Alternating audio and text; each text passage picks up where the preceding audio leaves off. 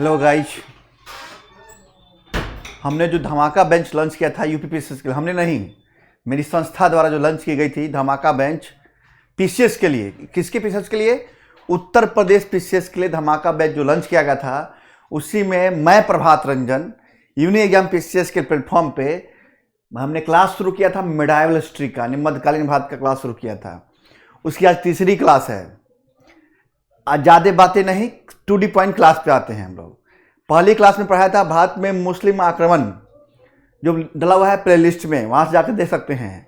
दूसरी क्लास जो थी वो गुलाम वंश, क्योंकि गोरी की मृत्यु के बाद उनकी गुलाम के द्वारा शासन स्थापना शुरू हुई थी, यानी दिल्ली सल्तनत हम लोग स्टार्ट कर चुके थे। पूरे मध्यकालीन भारत चलेगा, उसका धीरे धीरे करके क्लास चलता रहेगा और भी क्लास में हिसाब से चलते रहेंगे। आज तीसरी क्लास जो है, जब किसकी, गुलाम वंश के लास्ट रूलर, लास्ट शासक, अंतिम शासक की मृत्यु हो जाती है कैमूर्स की, उसके बाद खिलजी वंश की स्थापना होती है। यानी खिलजी वंश कब से कब तक शासन किया? खिलजी वंश जो है 1290 से लेके 1320 तक शासन किया खिलजी वंश वाले लोगों ने। अब आइए इस पे आते हैं हम लोग। खिलजी वंश, गुलाम वंश के बाद, खिलजी वंश गुलाम वंश के बाद लास्ट शासक कैमूर्स की हत्या करके जलाउद्दीन खिलजी, कौन? जलाउद्दीन खिलजी ने कैमूर्स की हत्या करके एक नए वंश की स्थापना करते हैं। उसका नाम था खिलजी वंश, जो 1290 से 1320, सोचिए कितना छोटा काल, 40 वर्षों के काल में, नहीं 30 वर्ष में ना, 30 वर्ष के काल में ये चला, शासन में चला। इसमें एक ही में तो फेमस हुआ है राजा अलाउद्दीन खिलजी, जिसपे अधिक से अधिक प्रश्न पूछे जाते हैं। अब आइए हम लोग इसमें शासक कितने हुए खिलजी वंश में देख लीजिए। एक जलाउद्दीन खिलजी, एक अलाउद्दीन खिलजी, एक सिबाउद्दीन खिलजी, एक कुतुबुद्दीन मुबारक खिलजी, और एक लास्ट है नसरुद्दीन खुसराव शाह। यह अंतिम शासक था, जो 15 अप्रैल से 27 अप्रैल, मात्र शासक कितने दिन का हुआ? 15-12 दिन का शासक हुआ ये। चलिए कोई बात नहीं, सबका व्यक्तिगत नाम जो है पूछा जाता है, इसलिए मैंने डाटा ही बना दिया था बॉक्स के माध्यम से। पहले जलाउद्दीन खिलजी, जिनका नाम था, उपनाम क्या था, व्यक्तिगत नाम या बचपन का नाम जो कहें, वो मलिक नाम था इनका। क्या नाम था? मलिक। अलाउद्दीन खिलजी, इनका नाम था अली गुरसप। क्या नाम था? अली गुरसप। और सिबाउद्दीन खिलजी, इनका नाम था उमर खान। और कुतुबुद्दीन मुबारक खिलजी, मुबारक खान इनका नाम था। और ये अंतिम शासक थे नसरुद्दीन खुसराव शाह। खिलजी वंश भी तुर्क थे, ऐसा नहीं था कि अलग आए थे, तुर्क थे, ये भी तुर्क वंश के ही थे। और ये तुर्क अभी भी खिलजी वंश चल रहा है। देखिए अब कोई बात नहीं, कहा था इसके बारे में 64 तुर्कों में से एक तुर्क खिलजी वंश वाले हुए हैं, तो उसमें खिलजी वंश ने शासन किया। और खिलजी वंश की स्थापना को खिलजी क्रांति की संज्ञा भी दी जाती है। जो मेंस में लिखने का मौका मिलेगा तो उसमें बताया जाएगा खिलजी क्रांति के बारे में लिखिए, शॉर्ट नोट्स, 10 नंबर का क्वेश्चन पूछेगा ये। कोई बात नहीं, आते हैं कि किस शासक ने अपना राज्याभिषेक किलू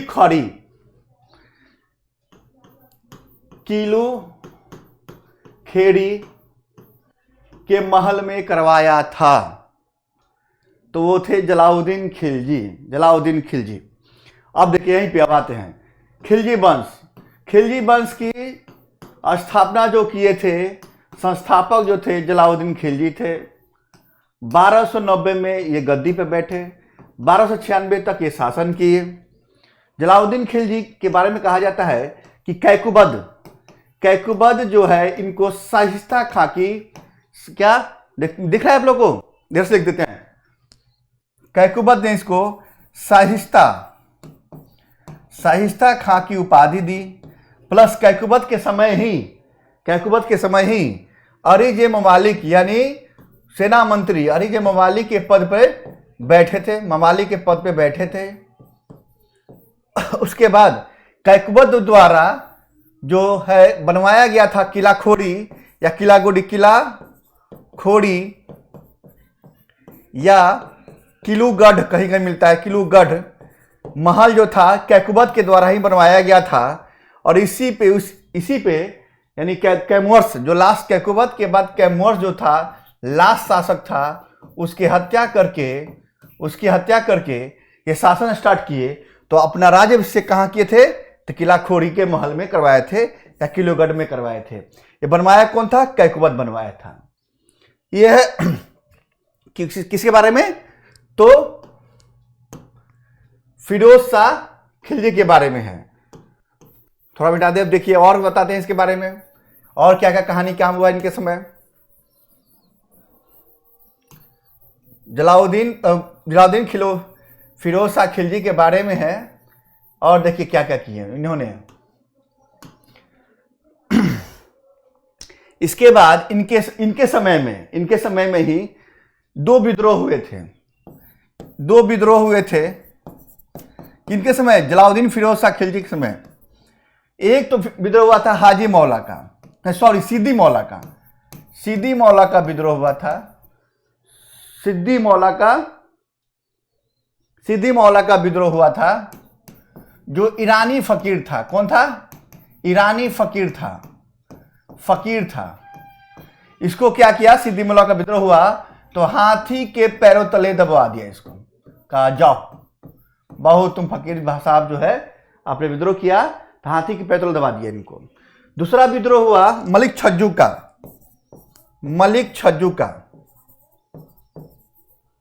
और मलिक छज्जू ने जो करा या मानिकपुर वर्तमान में प्रयागराज का सूबेदार था, गवर्नर था प्रयागराज का, इसने विद्रोह कर दिया। और इस विद्रोह किया तो इसको क्षमा कर दिया इन्होंने, कहा कोई बात नहीं, आप जो है राजघराने से बिलोंग करते हैं इसलिए आपको क्षमा किया जाता है। विद्रोह को दबाया और क्षमा कर दिया। मगर ये कौन थे मलिक छज्जू? ये बलबन के पौत्र थे, बलबन के भतीजा नॉट पौत्र, बलबन के भतीजा थे मलिक छज्जू। इन्होंने विद्रोह किया था। इन्हीं के समय मंगोल आक्रमण होता है। किनके समय? इन्हीं के समय मंगोल आक्रमण होता है। और वो कब हुआ था? 1292 ईस्वी में मंगोल आक्रमण होता है। 1292 ईस्वी में मंगोल आक्रमण करते हैं। तो मंगोल आक्रमण के क्या हुआ कि मंगोलों को हराया इन्होंने, प्लस दोनों के बीच मैत्री संबंध। कौन था? मंगोल आक्रमण करने वाले अब्दुल्ला था। अब्दुल्ला ने मंगोल आक्रमण किया था। और दोनों के बीच क्या हुआ कि जब मंगोल हार गए तो एक मैत्री संबंध स्थापित हो गई। और जब मैत्री संबंध स्थापित हो गए तो इसी मंगोल में से 2000 मंगोल जो थे मुस्लिम धर्म ग्रहण कर लिए।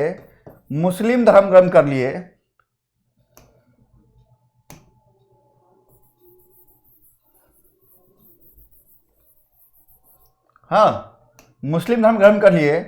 तो इनके लिए मंगोलपुरी या मंगोलपुरी जो दिल्ली में है, मंगोलपुरी, वो नगर बसाया और यहाँ के लोग बस गए लोग। कौन? जो 2000 मंगोल जो थे मुस्लिम धर्म के थे। और इन्हीं को नवीन मुसलमान भी कहा जाता है। क्या? नवीन मुसलमान भी कहा जाता है। और जो बाद में जाके नाको दम करेंगे। ये रहा पूरा किसका? जलाउद्दीन खिलजी के बारे में।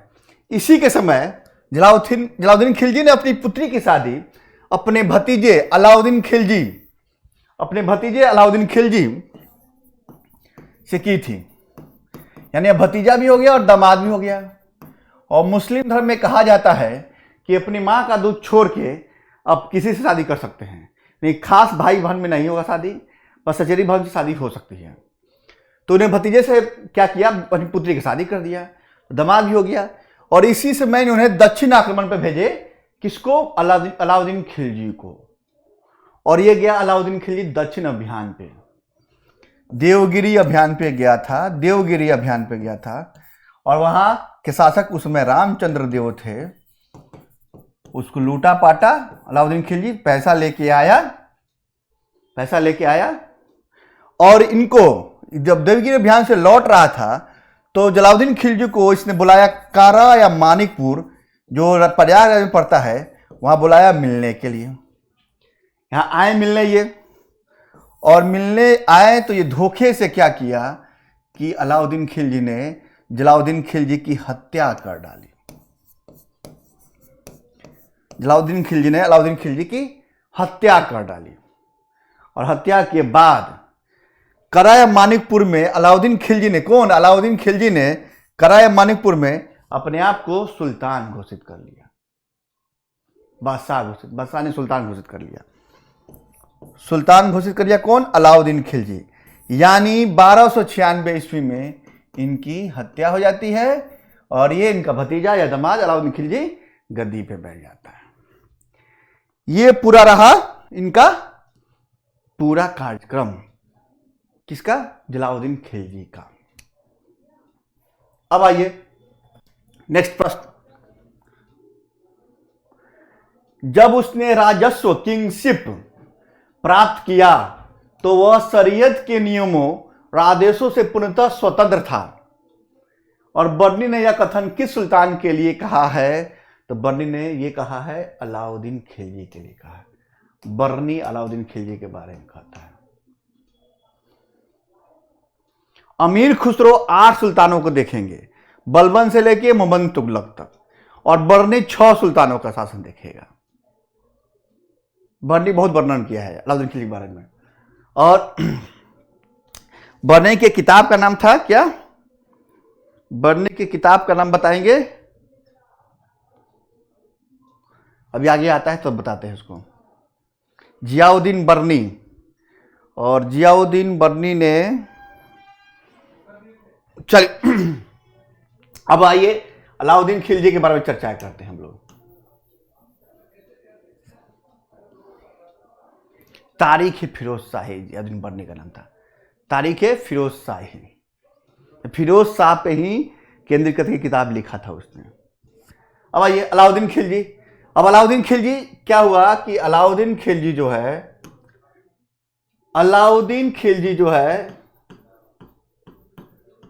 खिलजी शासनकाल 1296 बताए थे अभी, 1296 से शुरू करता है, और कब तक करता है?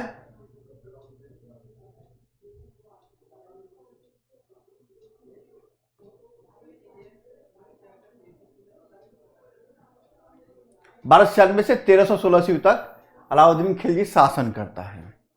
तो आइए अब आगे देखते हैं अलाउद्दीन खिलजी के बारे में। इनका नाम था अली गुरसप। बचपन का नाम, ठीक है। 1296 से 1316 तक शासन किए। ये जलालुद्दीन खिलजी के भतीजे दामाद हुए, और ये क्या किए? करा मानिकपुर में जलालुद्दीन खिलजी की हत्या करने के बाद सुल्तान बने।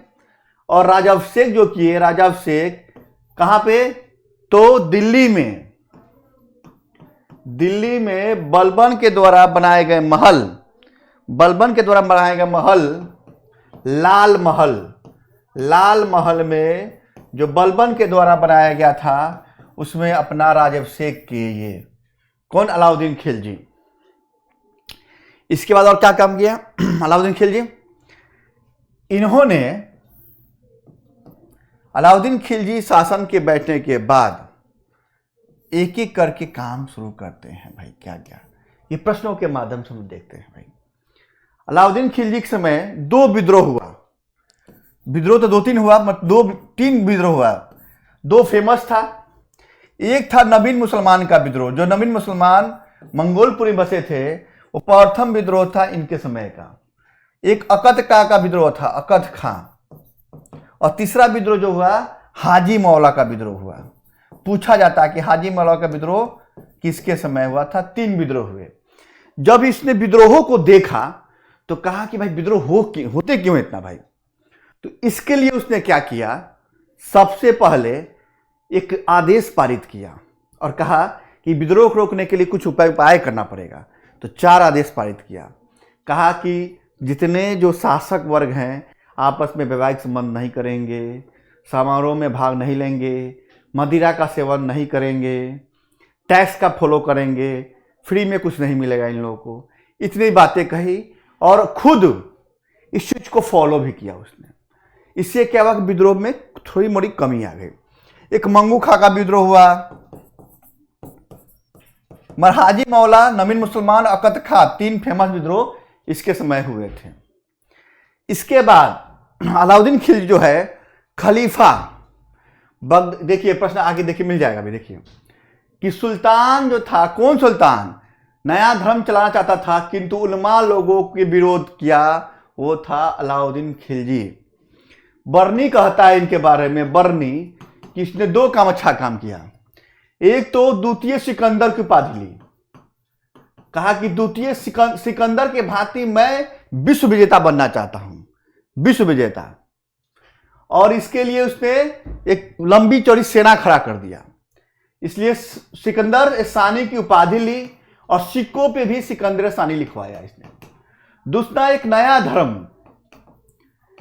धर्म चलाना चाहता था, न्यू धर्म।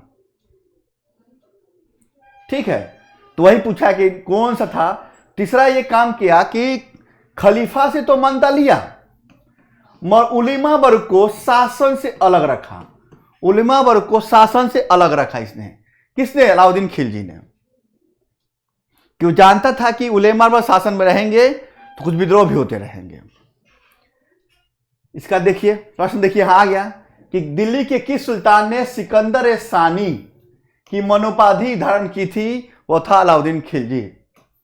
बर्नी के अनुसार, बर्नी कहता है कि 2 काम अच्छा किए थे ना। अच्छा क्या किए थे ये? और खलीफा से सत्ता की मानता लिया था। ठीक है, इसका जब खलीफा से सत्ता का मानता लिया तो इनकी उपाधि थी यामनी उल। देखिए कितनी बड़ी उपाधि थी, यामनी उल खिलाफत नासिर अमीर उल मुनमुन, क्या है नाम है? मुमनीन। खलीफा से मानता लेने के बाद इन्होंने अपनी उपाधि इतनी बड़ी रखी थी, ये उपाधि इनकी बड़ी यामिनी। देखिए उपाधि क्या थी? यामिनी उल खिलाफत नासिर अमीर उल मुनमुन। और अमीर खुसरो भी इनको कुछ बोला है। अमीर खुसरो की बुक है खजाइन उल फुतूह।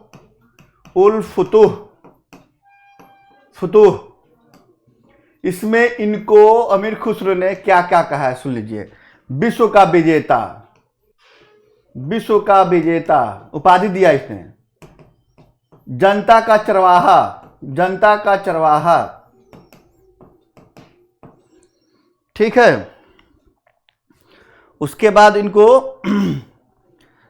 पृथ्वी के सुल्तानों का सुल्तान, पृथ्वी के सुल्तानों का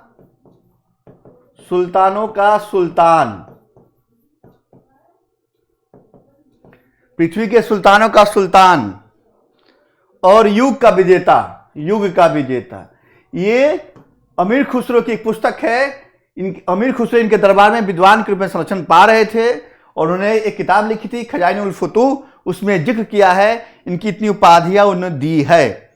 विश्व का विजेता, विश्व का सुल्तान, विश्व का विजेता, विश्व सुल्तान, युग का विजेता, विश्व का सुल्तान, युग का विजेता, इतनी उपाधि दी थी। खलीफा से मानता लेने के बाद उनकी उपाधि ये थी। किनकी? इनकी। और ये 2 वही बर्नी के अनुसार 2 चाहते थे। एक तो द्वितीय सिकंदर के भांति साम्राज्य विस्तार करना, और साम्राज्य विस्तार किए भी, और अधिक से अधिक मात्रा में विजेता बनना चाहते थे। इसलिए अलाउद्दीन खिलजी ने सेना भी रखा, और सेना जो है बड़े स्तर पर रखा था।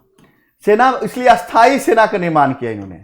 अस्थाई सेना का निर्माण किया इन्होंने, अलाउद्दीन खिलजी ने, प्लस नगद वेतन देना शुरू किया। पहली बार ऐसा अस्थाई सेना रखने वाला अलाउद्दीन खिलजी हुआ, और नगद वेतन देने वाला अलाउद्दीन खिलजी हुआ। और सेना के लिए, घोड़े के लिए दाग, हुलिया और दाग प्रथा भी चलाया था। दाग प्रथा कि हुलिया और इसकी दाग, स्टाम्प लगाना कि ये दाग दिया जाएगा कि ये घोड़ा ये राज दरबार का है, और उसकी हुलिया लिख ली जाएगी। हुलिया और दाग प्रथा भी चलाया था इसने, सेना को 3 भागों में बांटा था इसने, ठीक है, और अस्थायी सेना में रखने की बात भी किया था। इतना काम किया था द्वितीय सिकंदर बनने के लिए, मगर दिल्ली के कोतवाल के कहने पे वो तयगा कि नहीं ऐसा मत करो, पहले भारत तो विजय कर लो, उसके बाद जो करना है करना। चलिए, उसके बाद प्रश्न आता है कि इन्हीं के समय मंगोल आक्रमण भी हुआ था। मंगोल आक्रमण भी हुआ था। मंगोल आक्रमण कब करते हैं? पहला आक्रमण जो मंगोल का हुआ था वो था पहला 1297-98 में कादिर खां द्वारा किया गया था। कादिर खां द्वारा किया गया था, कादिर खां। और ये उत्तर भारत का अभियान भी करेंगे और दक्षिण भारत का अभियान भी करेंगे। आते हैं बताते हैं एक करके, प्रश्न पे हिसाब से बताते हैं हम। इस मंगोल खां के आक्रमण में इनके 4, देखिए लिखा हुआ है इसमें, 4 जो मुख्य सेनापति था जिनके माध्यम से ये पूरे भारत को विजय किए, उत्तर भारत का अभियान किए, दक्षिण भारत को जीते। इसमें मलिक कफूर भी इंक्लूड हो जाएगा। जफर खान, नुसरत खां, अल्फ खां और उलुग खां, इन्हीं के माध्यम से इन्होंने उत्तर भारत का पूरा अभियान कर लिया। मगर मंगोल आक्रमण शुरू हुआ, पहला मंगोल आक्रमण जो हुआ कब? कादिर खां के समय 97-98 कादिर खां ने किया। और सर्वाधिक, एक बार पूछा गया प्रश्न कि सर्वाधिक मंगोल आक्रमण किसके काल में हुआ था? तो वो भी अलाउद्दीन खिलजी काल में मंगोल आक्रमण लगातार हुआ था, सर्वाधिक हुआ था। तो इसी मंगोल आक्रमण में इनके एक सेनापति जो था उसके विरुद्ध लड़ते हुए मारा गया था, उसका नाम था जफर खां। देखिए जफर खां नाम था, जफर खां। क्या नाम था? जफर खां। और ये 4 सेनापति इनको भारत विजेता भी बनाएगा। कौन? जफर, नुसरत, अल्फ और उलुग खां। ठीक है। एक मलिक कफूर दक्षिण अभियान में जाएगा, बताता हूं एक एक करके। मलिक कफूर, ठीक है। अब आइए, उसके बाद है रानी पद्मती का नाम अलाउद्दीन के चित्तौड़ विजय से जोड़ा जाता है। उसके पति का नाम क्या था बताइए? राणा रतन सिंह। क्या नाम था? राणा रतन सिंह। राणा रतन सिंह जो था, इनके किसका नाम था? पति का नाम था राणा रतन सिंह। और पद्मावती जो थी, पद्मावती। अब बताएंगे, चित्तौड़ अभियान आते हैं तो बताते हैं एक बार करके। उत्तर भारत का अभियान देखिए, यहां अभियान आ गया कि उत्तर, अब इसने क्या किया भाई, भारत पे विजय करना जरूरी है ना, तो इसने शुरू किया भारत पे विजय करना। ये उत्तर भारत का अभियान है, उत्तर भारत का अभियान। देखिए क्या किया। सबसे पहले गुजरात विजय शुरू किया इसने, गुजरात विजय। और गुजरात विजय ये 1297-98, कहीं के 97-98 में मिलता है। वहां का शासक था कर्णदेव बघेल। कर्णदेव बघेल शासक था, ठीक है। और इसको हराया। और इस विजय के लिए किसको भेजा था? तो प्रथम अभियान था इसका, किसका? एक बार अभियान सजाने को पूछा था, किसका प्रथम अभियान था? तो अलाउद्दीन खिलजी का। और नुसरत खां, नुसरत खां इसने भेजा। नुसरत खां उलुग खां को, उलुग खां, यहां देखिए उलुग खां नाम है, उलुग खां को भेजा था इस अभियान पे, गुजरात अभियान पे। और यहां गए ये लोग, क्या किए कि गुजरात पे रायकर्ण द्वितीय बघेल जो था ये हार गया। इसके बाद रायकर्ण बघेल ने क्या किया, उलुग खां और नुसरत खां यहां अभियान पे गए थे, इन्होंने हराया। और इनकी जो पत्नी थी, कहानी सुन लीजिए यहीं, इनकी पत्नी जो थी, पत्नी कमला देवी को पकड़ के ले आया और अलाउद्दीन खिलजी के हवाले कर दिया। और अलाउद्दीन खिलजी ने इनसे शादी कर लिया, कमला देवी से। और इनकी पुत्री जो थी ये भागकर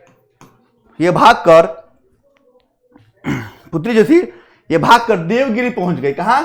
देवगिरी पहुंच गई, रामचंद्र देव के दरबार में।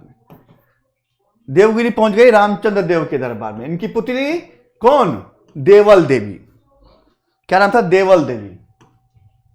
देवल देवी पहुंच गई भागकर रामचंद्र देव के दरबार में। और खुद रायकर्ण द्वितीय, ये दोनों भागे और चले गए वहां, कहां पे? सीधे देवगिरी के शासक रामचंद्र देव के दरबार में। और कमला देवी को पकड़ के ले गए, अलाउद्दीन खिलजी को समर्पित कर दिए और अलाउद्दीन खिलजी ने इनसे शादी कर ली। और इसको क्या किया कि दिल्ली, इसको डायरेक्ट मिला लिया गया गुजरात को, कहां पे, दिल्ली में, दिल्ली शासक द्वारा अलाउद्दीन खिलजी द्वारा मिला दिया गया। इसी समय कैम्बे नगर पड़ता है, कैम्बे नगर में ही मलिक कफूर को 1000 रुपया दिनार में खरीदा गया, एक हिजरा से मारा, तो इसीलिए इसको 1000 दिनारी भी कहा जाता है। 1000 दिनार में इसको खरीदा गया।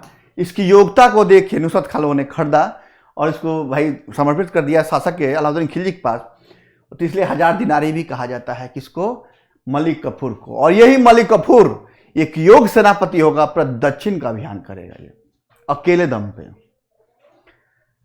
इसी बीच जो गुजरात जा रहा था, जब भारत के नक्शे पे जाएंगे तो जब भाई दिल्ली से जाना है गुजरात, तो बीच में भाई छोटा छोटा राजपूताना पड़ेगा, तो जैसलमेर को रौदा, जैसलमेर में था दादू और सहयोगी तिलक सिंह थे, दादू और सहयोगी तिलक सिंह थे, इनको रौदा, इनको हराया और ऑटोमेटिक आत्मसमर्पित कर दिए। हाँ, इसके बाद वो पहुंचा कहाँ, इसको हराया और शासन कर लिया। फिर इसके बाद क्या हुआ कि अब और विजय अभियान शुरू करेगा। नवीन मुसलमान जो विद्रोह किए थे, नवीन मुसलमान, और जब उनको हराया था विद्रोह में, तो वो भाग के पहुंच गए थे कहां पे, नवीन मुसलमान जो पहुंच गए थे रणथंभौर में। तो रणथंभौर अभियान अब आवश्यक हो गया था, क्योंकि नवीन मुसलमान विद्रोह किए और इसको जब हराया तो पहुंच गए भाई कहां पे, रणथंभौर में। तो रणथंभौर का जो अभियान हुआ 1301 ईस्वी में रणथंभौर का अभियान हुआ, और शासक था चौहान वंशीय शासक कौन, हमीर देव था, चौहान वंशीय शासक हमीर देव था। इस अभियान में अलाउद्दीन खिलजी के साथ अमीर खुसरो साथ में दिखता है, अमीर खुसरो, और इस विजय का वृत्तांत वर्णन करता भी है अपने पुस्तक में ये। और देखिए क्या करेगा, अमीर खुसरो साथ में जाएगा। तो फिर उसने हमीर देव के एक मंत्री था रनमल, पहले तो भेजा ये उलूग खां, किसको, उलूग खां और नुसरत खां को, जो गया था गुजरात विजय पे, उलूग खां नुसरत खां, ठीक है। तो इसमें क्या हुआ, नुसरत खां मारा नहीं गया, ये घटना घटी, एक पत्थर फेंक रहा था, वापस आके लौट गया, लगा रणथंभौर के किला के जो पत्थर फेंका जा रहा था, तो वापस लौट गया, उसी में उसकी मृत्यु हो गई।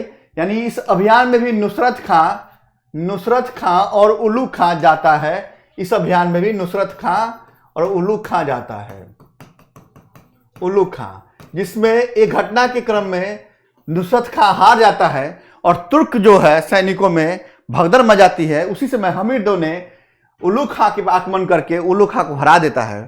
तब दोबारा अभियान किया किसने, अलाउद्दीन खिलजी ने, और 1301 ईस्वी में पहुंचा वो। और क्या हुआ कि उसके मंत्री रणमल को, किसके मंत्री, हमीर देव के मंत्री रणमल को अपने पक्ष में मिलाया और इसको हरा दिया इसको। और ये हारने के बाद जानते हैं क्या कि अपनी सत्ता में इसको मिलाया भी। इसी समय अमीर खुसरो इसके साथ गए थे, और इसमें इनकी पत्नी और जो भी महिलाएं थी जौहर कर ली।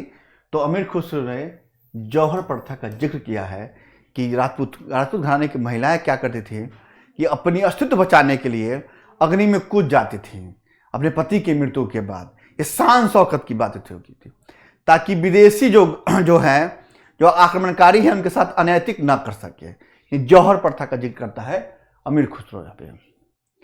इसके बाद अभियान होता है किसका, 1301 इस बार चित्तौड़ का अभियान होता है, चित्तौड़गढ़ का किला अभियान होता है। कब, 1302-3 में, कहीं 2 मिलता है, कहीं 3 मिलता है, चित्तौड़ का अभियान। और यहाँ के शासक थे राणा रतन सिंह। अमीर खुसरो यहाँ भी साथ में जाता है अलाउद्दीन खिलजी के, और राणा रतन सिंह जो है यहाँ के शासक थे।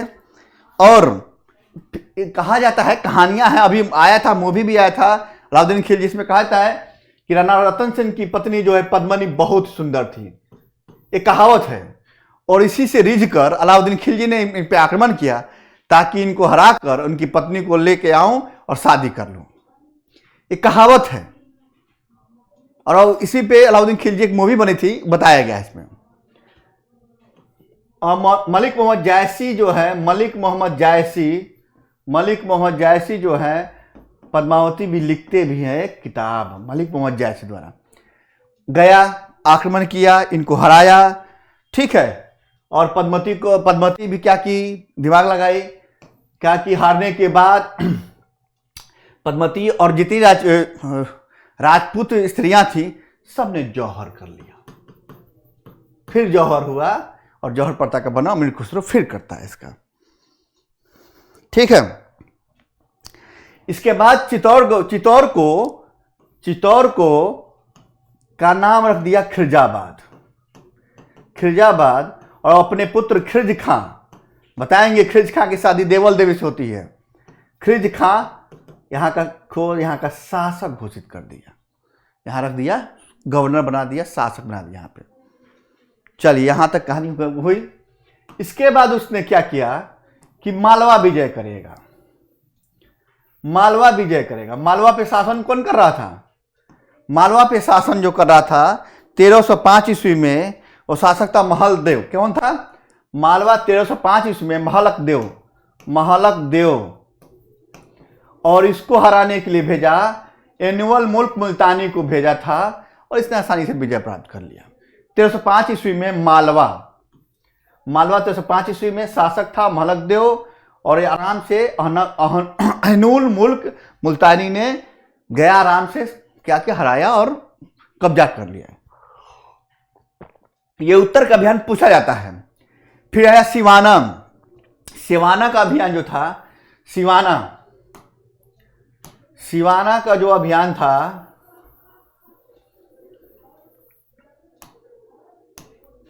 सिवाना का अभियान था 1308 ईस्वी में। यहाँ का शासक था शीतल देव, वो मारा गया और कमरुद्दीन को यहाँ का शासक नियुक्त कर दिया गया।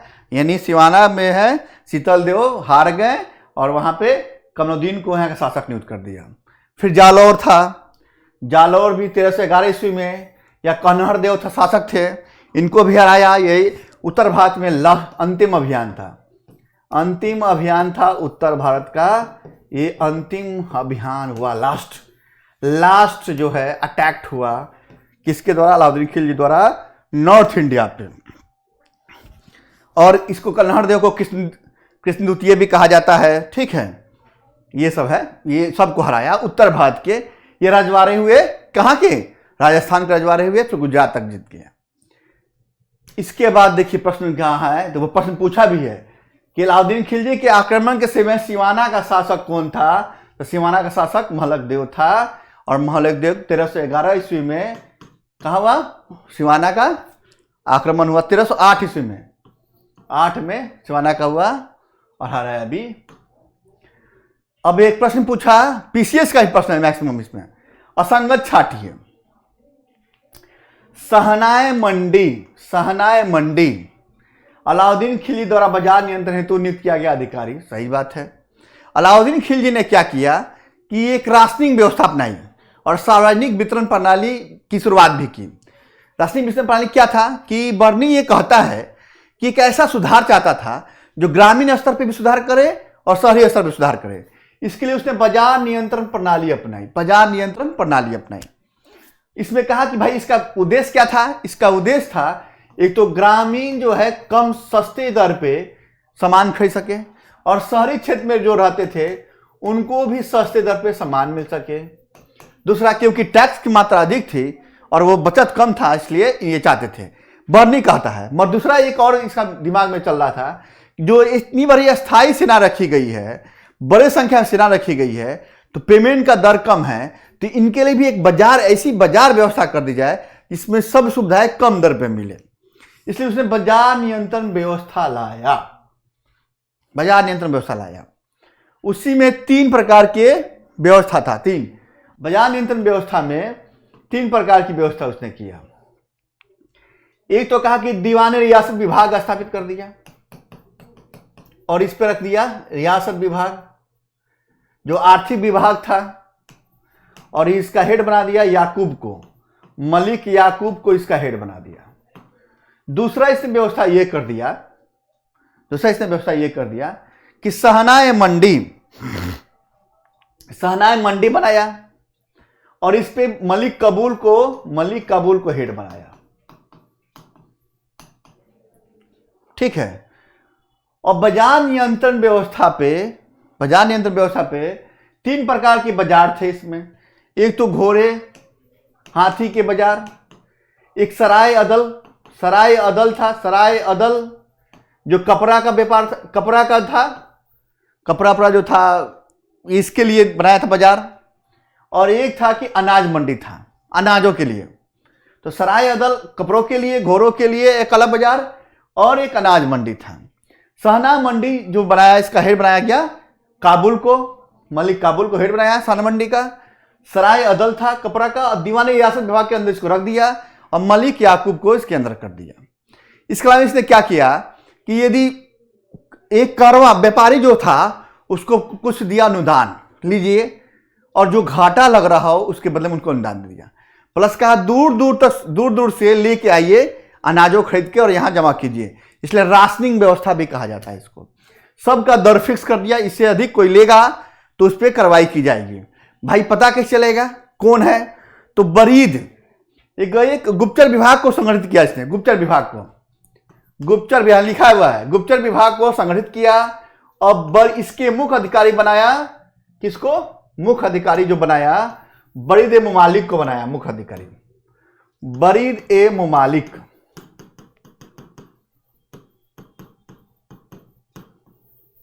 बरीद बनाया।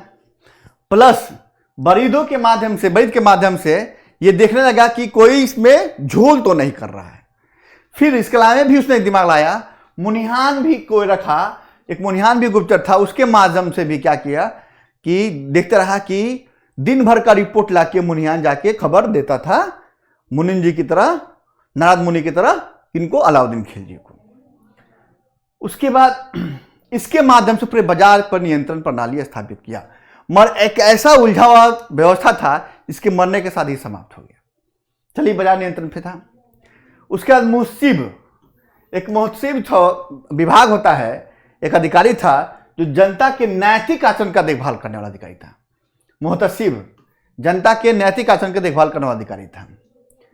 और दीवान मुस्तखराज की स्थापना जो किए ये खुद अलाउद्दीन खिलजी खुद करता है। इसी के समय पहली बार दीवान मुस्तखराज की स्थापना की गई। और ये न्याय विभाग नहीं होता, यानी इसके हिसाब से डी ऑप्शन हो जाएगा सही।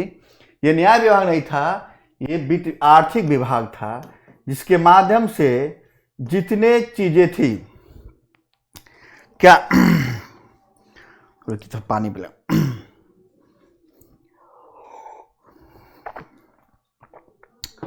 यानी आर्थिक मामलों का देखभाल करने वाला विभाग था। आर्थिक मामलों की देखभाल करने वाला विभाग था कौन?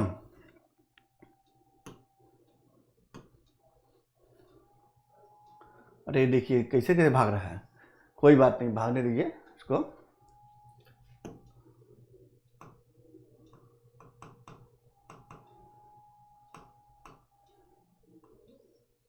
हाँ, आर्थिक मामलों के विभाग था जो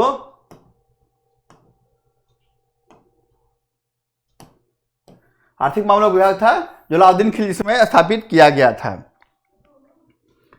ठीक है, तो इसके हिसाब से ये नया विभाग ना होकर आर्थिक मामलों का विभाग था, दीवानी मुस्तखराज स्थापित किया गया था।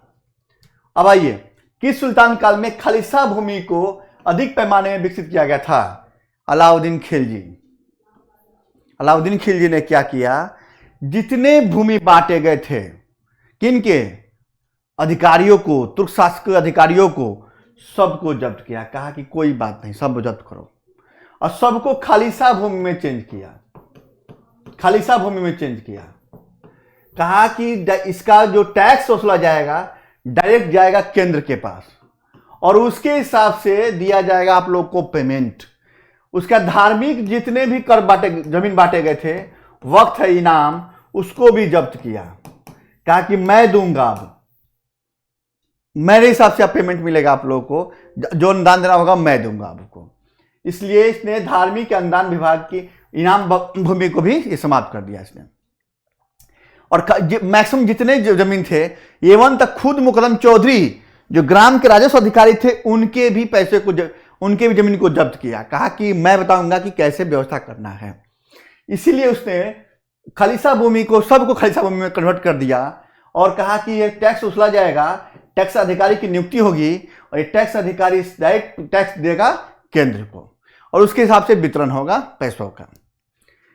इसने 50% टैक्स लगा दिया, इसने 50% टैक्स लगाने वाला हुआ। इसके बाद एमबीटी ही होगा जो 50% टैक्स लगाएगा। उसके बाद कहा कि भूमि का इसने माप करवाया, बफाए बिस्वा, मसाहत पत्ती के माध्यम से भूमि की माप करवाई, मसाहत पत्ती और बफाए बिस्वा, यानी अब लगान निर्धारण जो होगा, जितना भूमि का उपज होगा उसके हिसाब से होगा। भूमि की उपज यदि 5 क्विंटल होगी, इसके हिसाब से अब लगान का निर्धारण होगा। और बफाए बिस्वा पद्धति अपनाया इसने, मसाहत पद्धति के माध्यम से भूमि की नाप कराने वाला अलाउद्दीन खिलजी प्रथम शासक हुआ। ठीक है, 50% टैक्स मिल गया इसने। इस टैक्स के अलावा इसने घड़ी कर और गढ़ी कर भी लिया था इसने, घड़ी कर और गढ़ी कर भी लिया था इसने। इसके अलावा इसने क्या किया कि जकात जो है मुसलमानों से लिया, जकात जो धार्मिक कर था 10% लिया, मुसलमानों से ये लिया। जजिया तो लेता ही था, प्लस खुम्स जो कर था, खुम्स जो कर था, खुम्स जो इसका नियम था, खुम्स कर का नियम क्या था कि 1/5 भाग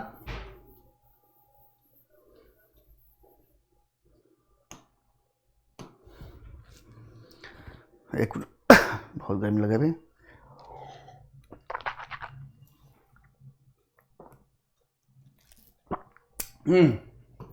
खुम्स कर का नियम था राज का हिस्सा 1/5 भाग और सैनिकों को 4/5 भाग, यानी राज को घाटा। इसने इसको पलट दिया, कहा कि नहीं, अब राज लेगा 4/5 भाग और सैनिक जो लेगा 1/5 भाग। ये करुष में लिया जाता था जब सैनिक किसी क्षेत्र से जाते थे, किसी भी गांव क्षेत्र से जाते थे, तो उस समय वही उसके खेतों को रौद ना दे, उसकी सुरक्षा के भी उससे टैक्स लिया जाता था। यही काम एमबीटी भी किया, इसने खुम्स कर को पलट दिया था। इन्हें राज का हिस्सा 4/5 भाग और सैनिक के हिस्सा 1/5 भाग कर दिया था। इसके बीच में सभी ने एक राज्य के हिस्सा 1/5 भाग लिया और सैनिक 4/5 भाग लिया था। चलिए अब आ गया ये, लेकिन यहां पर आ गया कि किस सुल्तान ने जमीन में फसल की नपाई का आधार राजस्व के रूप में दावा किया था, वो अलाउद्दीन खिलजी। यानी मसाहत पद्धति, बफाए बिस्वा ये पद्धति अपनाई थी मसाहत पद्धति के माध्यम से, और नपाई ये मानन था, और लगान जो निर्धारित किया फसल के उत्पादन के आधार पर। बाजार सुधार, वही कि निम्न में से किस सुल्तान ने बाजार सुधार लागू किया था, तो अलाउद्दीन खिलजी। इस बाजार सुधार के बारे में जिक्र कहां कहां मिलता है, बाजार सुधार में किसने किसने किया है, तो बर्नी की किताब था तारीख फिरोज शाही बर्नी, उसमें मिलता है।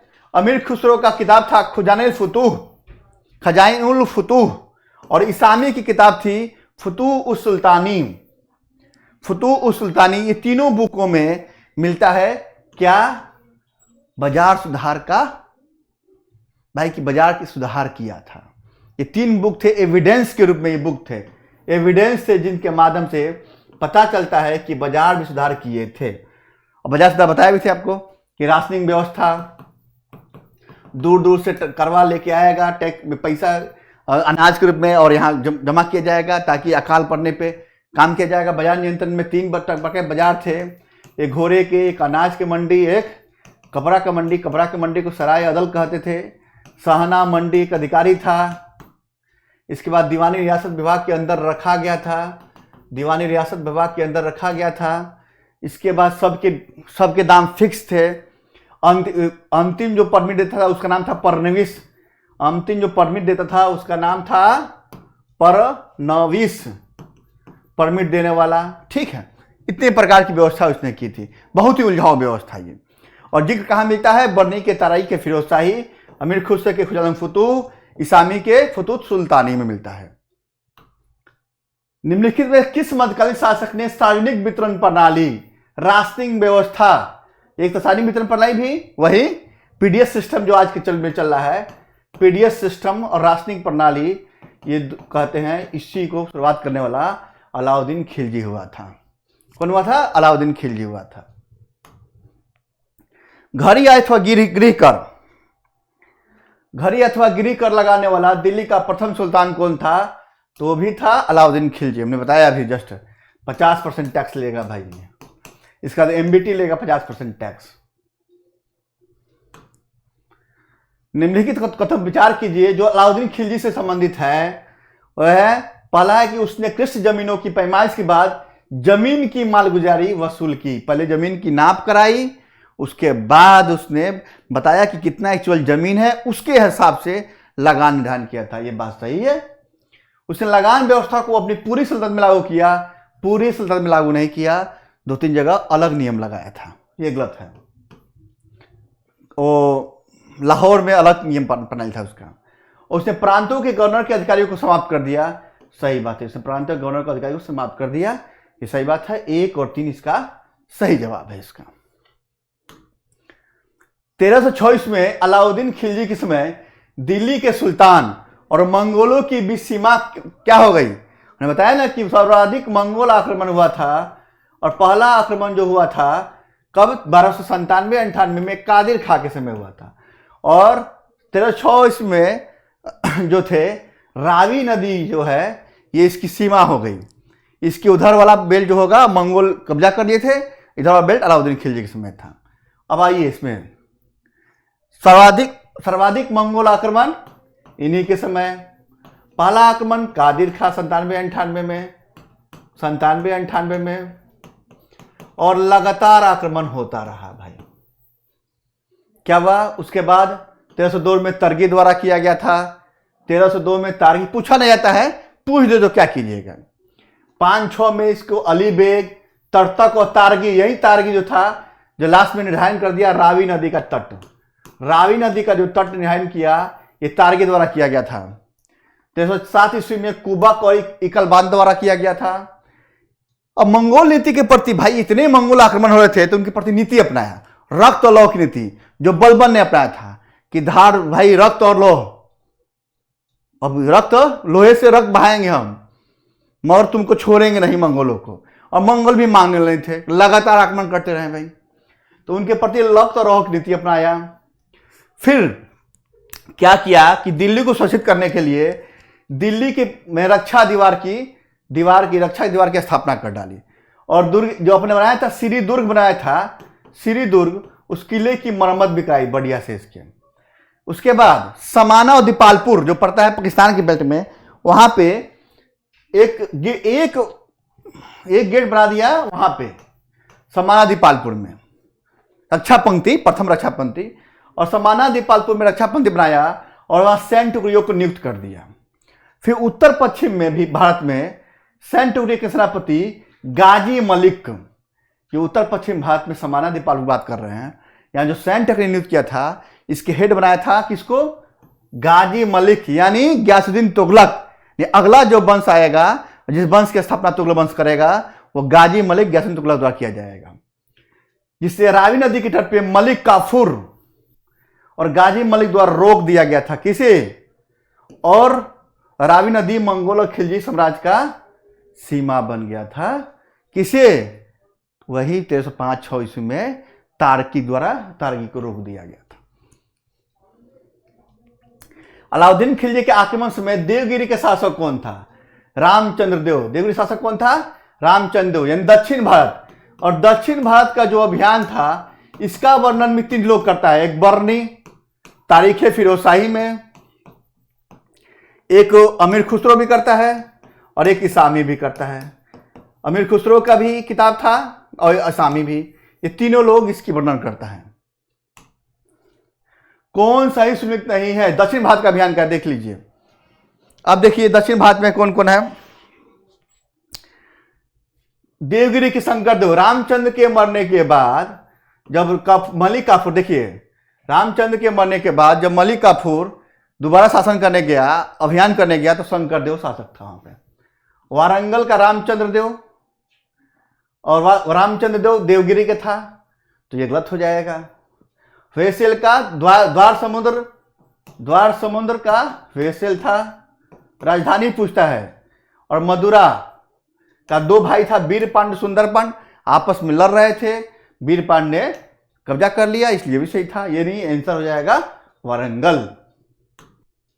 अब देखिए देवगिरी, यादव वंश, विंध्य पर्वतमाला, पहला दिल्ली सल्तनत का पहला व्यक्ति हुआ जो विंध्य पर्वत जो है पार करेगा, यानी इसको दक्षिण भारत का केंद्र बिंदु बनाता है। इसके इधर दक्षिण भारत, इसके पहले किसी ने हिम्मत नहीं की थी। मगर ये जाएगा अलाउद्दीन खिलजी द्वारा, और दक्षिण भारत का अभियान करेगा मलिक कफूर और उलुग खां। मलिक कफूर और साथ में भेज देगा उलुग खां को, बचेगा वही ना, बाकी तो सब मारा गया। उलुग खां को भेजेगा। तो देवगिरी शासक था, जब वो अभियान किया था, पहला अभियान उसने देवगिरी में किया था जब वो गवर्नर था करामन वहां का। तो उसने अभियान किया था अपने चाचा के समय। और 7-8 में मलिक कफूर को भेजेगा दक्षिण हिमालय पे। रामचंद्र देव वहां के शासक थे, उनको हराया। किनको? रामचंद्र देव को इसने हराया। ठीक है, पहला शासक था, हराया इसको। विजय अभियान। उलुग खां अल्फ खां था शायद, सॉरी अल्प खां नाम था, अल्प खां। मलिक कफूर गया इस अभियान पे, और मलिक कफूर अल्प खां इसको हराया। हराने के बाद इसने यहां से जो देवल देवी छिपी थी, रायकर्ण याद है ना, देवल देवी, उस देवल देवी को ले जाएगा और इससे अलाउद्दीन खिलजी के पुत्र खिज खां की शादी होगी। खिज खां की शादी होगी। और इसी पे एक आशिकी नामक किताब अमीर खुसरो द्वारा लिखा जाएगा।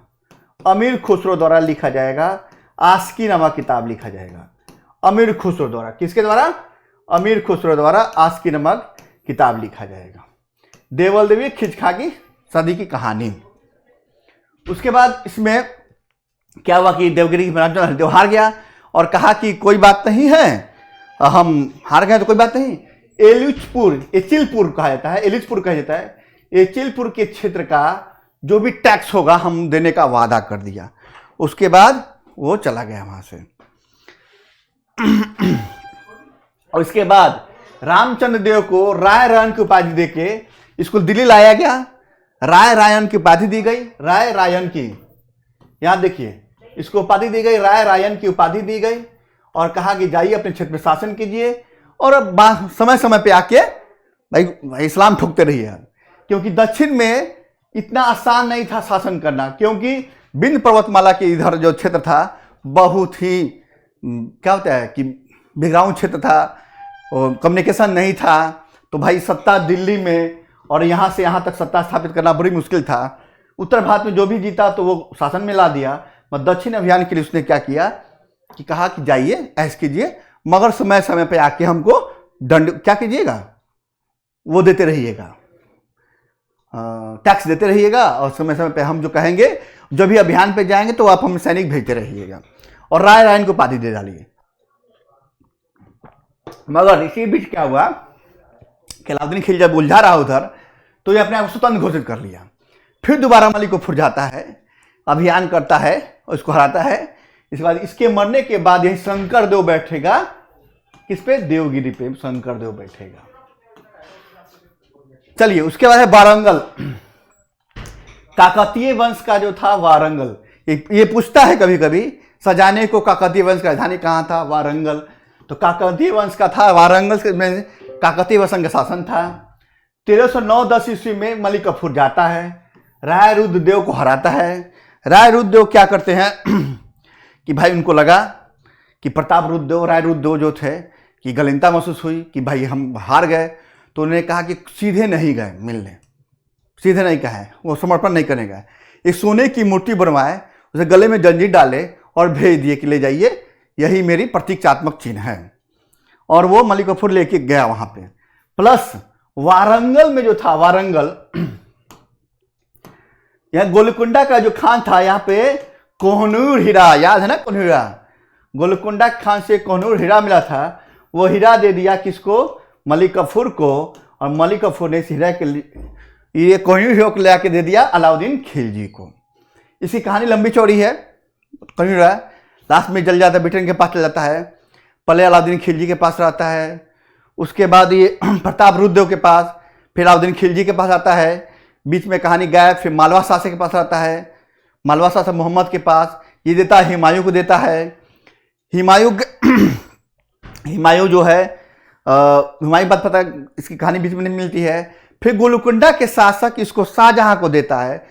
गोलकुंडा के शासक मंत्री था एक मीर जुमला, वो दे देता है किसको, शाहजहां को। शाहजहां अपने तख्ते हाउस में उसको जरवा देते हैं। और मोहम्मद शाह रंगीला बादशाह के समय जब नादिर शाह आक्रमण करता है तो यहाँ से उठा के ले जाता है।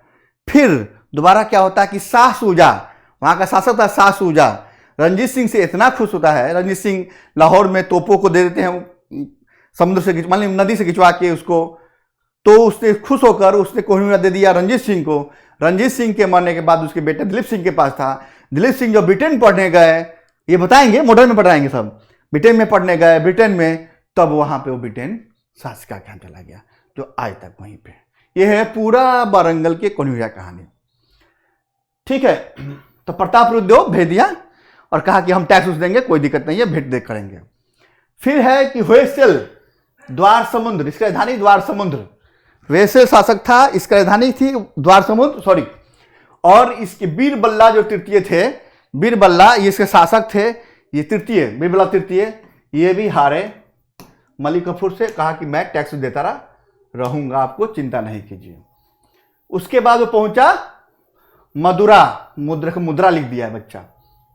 उसके बाद वो पहुंच गए मदुरा, नहीं मुद्रा पहुंच गए।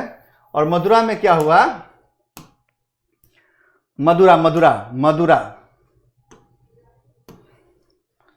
दो भाई आपस में लड़ रहे थे, पांड वंश था यहाँ, वीर पांड सुंदर भाग गया, वीर पांड शासन करने लगा, और मदुरा विजय भी इसने कर लिया। और इसी के साथ ही दक्षिण अभियान पूरा हुआ। वही देख लीजिए, पूछा कि अलाउद्दीन खिलजी के आक्रमण की तिथियों को सम्मिलित कीजिए, तो चित्तौड़ अभियान 2-1-2-3 अभी था ना। तेलंगाना कब किया था, देखो तो बैक होके देखिए, तो तेलंगाना होयसल 311-12 इसमें किया था, वारंगल, चित्तौड़, देवगिरी अभी था ना, 13 कब था, 1307-8 में, 9 में मतलब चलिए मान चले। हाँ, तो ये प्रश्न हो जाएगा 2-3-1-4, 2-3 वैसल, चित्तौड़ पहले हो गया था 3 में, ठीक तो है। 4 का 4 यहाँ हो जाएगा, 4 का 4 ABCD में है, कोई बात नहीं, ABCD में है, मुझे गलत कर दिया है। तो 4 का 4 ठीक तो है, 2-3-1-4 ठीक तो है, 2-3-1-4, 2-3 नहीं उल्टा हो गया, 4 लास्ट में है, तो देवगिरी जो हो जाएगा 3, देवगिरी 7, तो फिर से लाएगा 9, फिर तेलंगाना 11, 3-2-1-4, ठीक है। अब अगला जो आएगा, अलाउद्दीन खिलजी के नियम सेनाध्यक्षों में से कौन तुगलक वंश का प्रथम सुल्तान था। गाजी मलिक जो था, ये गाजी मलिक जो है क्या करेगा, गयासुद्दीन तुगलक नाम से शासन करेगा और तुगलक वंश की स्थापना करेगा। अब इसके पहले थोड़ा समझ लीजिए कि इसका अलाउद्दीन खिलजी के मरने के बाद मलिक काफूर, हमने बताया था ना कि मलिक काफूर जो था, इनके मरने के बाद मलिक काफूर जो है एक अलबेस पुत्र को गद्दी पर बैठाएगा। उसका नाम था शहाबुद्दीन, अभी बताए थे, शहाबुद्दीन उमर इसको गद्दी पे बैठाएगा, मगर ये ज्यादा दिन तक शासन नहीं कर पाएगा। और उसके बाद अब बैठेंगे शहाबुद्दीन उमर के बाद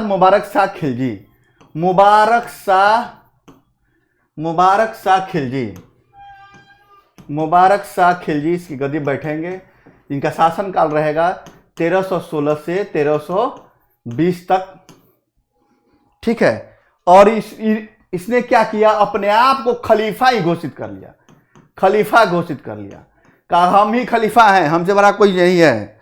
और इसने उपाधि भी ली, देखिए क्या उपाधि ली, अल इमाम और उल इमाम, अल इमाम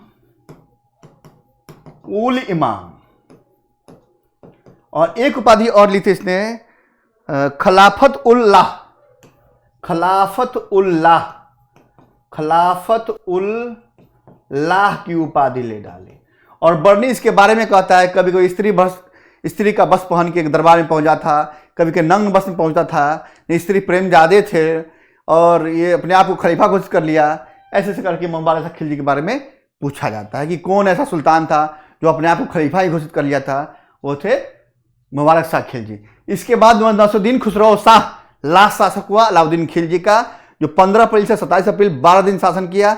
उसका गाजी मलिक ने उनकी हत्या करके गयासुद्दीन तुगलक नाम से तुगलक वंश की स्थापना करेंगे। आइए आगे कि भाई इन्होंने कहा अलाउद्दीन पूरे खिलजी वंश ने कौन कौन सा काम किया।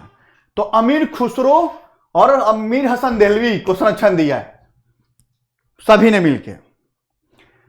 उसके बाद अलाउद्दीन खिलजी ने सीरी दुर्ग बनाया था, बताया था ना, सीरी दुर्ग दिल्ली में सीरी दुर्ग है, वो दुर्ग बनाया था, सीरी दुर्ग का निर्माण किया था और इसमें किला भी बनवाया था मंगोल आक्रमण समय पे। दिल्ली में हौज खास या हौज अलाई एक तालाब भी बनाया था, हौज खास या हौज अलाई क्या बनाया था, तालाब बनवाया था। कौन? अलाउद्दीन खिलजी। सब अलाउद्दीन खिलजी कर रहा है, अलाउद्दीन खिलजी की बात मैं कर रहा हूं। अलाउद्दीन खिलजी ऊपर लिख देता हूं, अलाउद्दीन, एक मिनट रुकिए, कलर चूज कर ले। अलाउद्दीन खिलजी की मैं बात कर रहा हूं। उसने अमीर हसन, अमीर खुसरो की वो दिया था, संरक्षण दिया था। दिल्ली में हौज खास, हौज अलाई की स्थापना करवाया था। कुतुबी मस्जिद का विस्तार कराया था, कुतुबी मस्जिद का इसने विस्तार भी कराया था। फिर निजामुद्दीन औलिया की दरगाह में एक फोटो लगा था शुरू में, वो औलिया का दरगाह था, उसी में जमाते खाना मस्जिद बनवाया था, जमाते खाना मस्जिद बनाया था, जिसे 1000 सुतून या 1000 खंबे वाला महल भी कहते हैं हम लोग। 1000 सुतून 1000 खंबे वाला महल भी कहते हैं। इसके अलावा अलाई दरवाजा भी बनवाया था, जो कहां पड़ता है, कुतुब मीनार के नजदीक है, या कुशक के शिकार, इसको कुशक के शिकार बोलते हैं या अलाई दरवाजा बोलते हैं। इसने किसने बनाया था? सब अलाउद्दीन खिलजी ने बनवाया था। इसके बाद अमीर खुसरो, जिसको संरक्षण दिया था, उसके बारे में थोड़ा जानकारी ले लें। अमीर खुसरो मूल नाम था मोहम्मद हसन। पूछा जाता है अमीर खुसरो के बारे में, बहुत पूछा था प्रश्न। अमीर खुसरो से बहुत ही ज्यादा प्रश्न पूछे जाते हैं, इसलिए जानकारी लेते हैं। मूल नाम मोहम्मद हसन, जन्म कहाँ हुआ? पटियाला बदाऊं में, वेस्टर्न यूपी में। यूपी क्लास है, यूपी वाले याद रखें कि इनका पटियाला में बदाऊं में जन्म हुआ था। ये थे निजामुद्दीन औलिया के शिष्य थे। उनके मरने के बाद ही इनकी भी मृत्यु हो गई थी, उनके गम में मर गए बेचारे। ये बलबन से लेके मोहम्मद तुगलक के दरबारों को ऑल्सो वो देखे थे, नहीं 8 सुल्तानों को दरबारों को देखे थे। पूछा जाता है इसको तोताए हिंद या तूतीय हिंद भी कहा जाता है। किनको? अमीर खुसरो को तोताए हिंद या तूतीय हिंद भी कहा जाता है। सितारे तबले के आविष्कारक भी हैं, सितारे तबले के आविष्कारक भी कहा जाता है। हिंदी खड़ी बोली के जनक भी कहा जाता है इनको। प्लस इन्होंने आस्की लिखा था, ऑर्डर किया था खिलज खां ड्यूरिंग अलाउद्दीन खिलजी, और लव करता था देवल देदी से, इनसे शादी हुई थी। उन्हें बताया भी है कि आस्की नामक किताब लिखा था। एक किताब हिंदी खड़ी बोली के जनक भी थे। नूपु सिसर, पूछा गया प्रश्न है, नूपु सिहर, इसमें भारतवर्ष का पूरा जिक्र किया है, इसने भारतवर्ष का जिक्र किया है। नूपु सिसर। खजानुल फुतूह बताएं अभी, दक्षिण भारत का अभियान और बाजार नियंत्रण प्रणाली का जिक्र। आशिकी, खिलजी खां देवल देवी की प्रेम कथा। मतमाल उल अनवर, मतला उल अनवर, हस्त बिहिस्तीत, ये किताबें हैं उनकी। और तुगलकनामा, और भी किताबें बहुत से हैं। इतनी किताबें जो फेमस से पूछ जाते हैं। नूफु सिहर, आशिका, खजानुल फुतूह, मतला उल अनवर, हस्त बिहिस्त और तुगलकनामा इत्यादि इनकी किताबें थी। इसी के साथ ही पूरी खिलजी वंश समाप्त। इससे बाहर एक प्रश्न नहीं जाएगा, और हमने तो प्रश्नों के माध्यम से पूरी कहानी बता दी आपको। अलाउद्दीन खिलजी से ही प्रश्न पूछते हैं और उससे ही मैं बता दिया आपको। ठीक है, राइट टाइम मिलेंगे। इसी के साथ ही अगले क्लास में मिलेंगे। पीछे क्लास आपके प्लेलिस्ट में डला हुआ है, देख सकते हैं। इस साथ ही जय हिंद, जय भारत साथियों।